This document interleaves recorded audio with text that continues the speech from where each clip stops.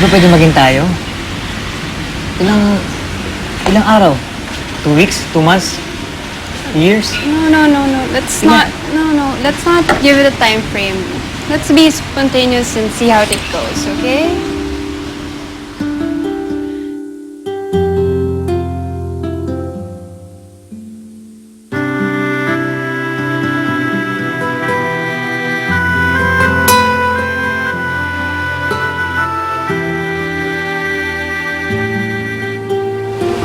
Sayang mo kanina, no? Si Coach may sablay. Dapat next year magpalit tayo ng coach eh. Dapat i-open natin yun lang sa grupo natin. Kaya sangayon ba kayo?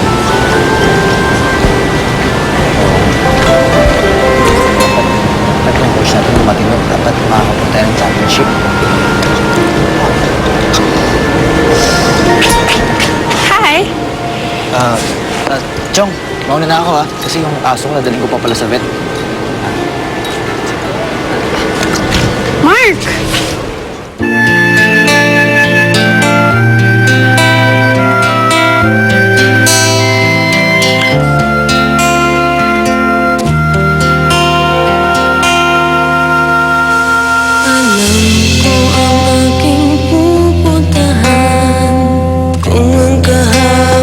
Magbabalik ang tuloy-tuloy diretso sa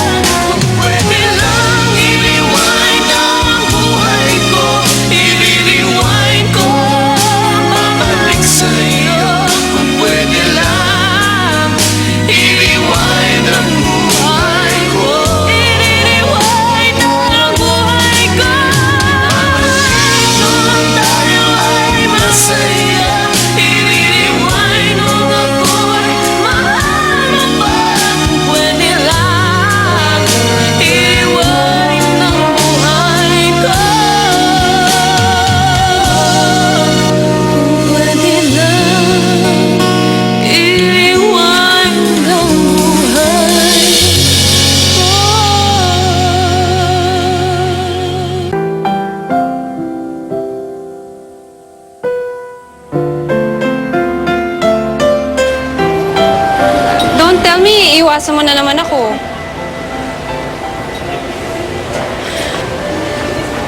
May problema ba tayo? Hindi mo man lang ako batiin. Maliliit na ako sa klase ko eh. So, di na tayo friends, ganon. Wala naman ako sinabing ganun.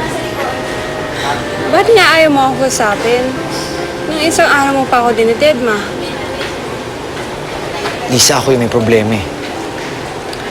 Ano ba problema mo? Paano ko naman malalaman kung hindi ka nagsasalita?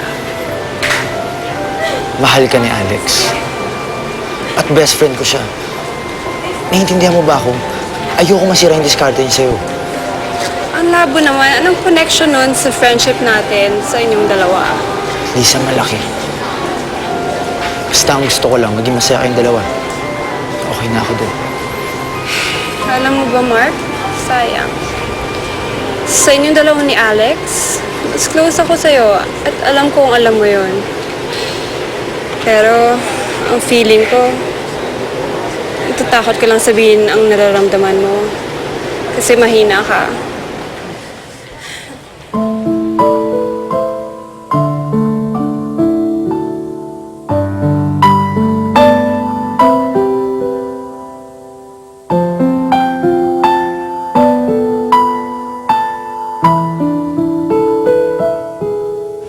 Di ka nagbibiro?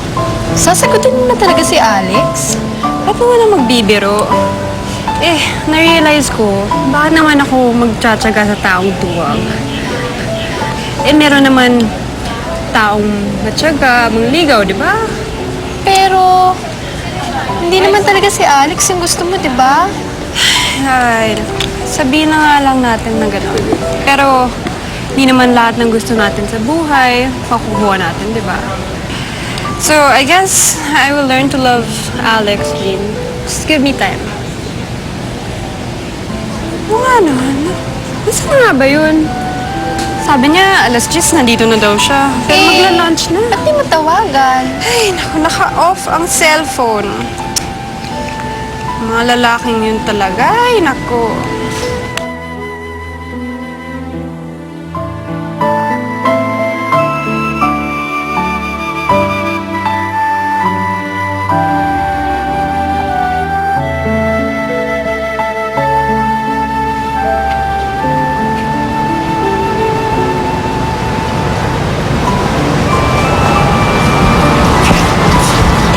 Lisa, si Alex ba nakita mo? Uy, naunahan mo na ako. Tatawagin nga sana kita kasi 2 days na siya hindi nagpaparamdam. As in, no calls, no texts, no emails, no nothing. Pati sa cellphone niya din, naka-off. Ang sabi kasi sa bahay nila, nagpaalam daw sa parents niya na mag-retreat.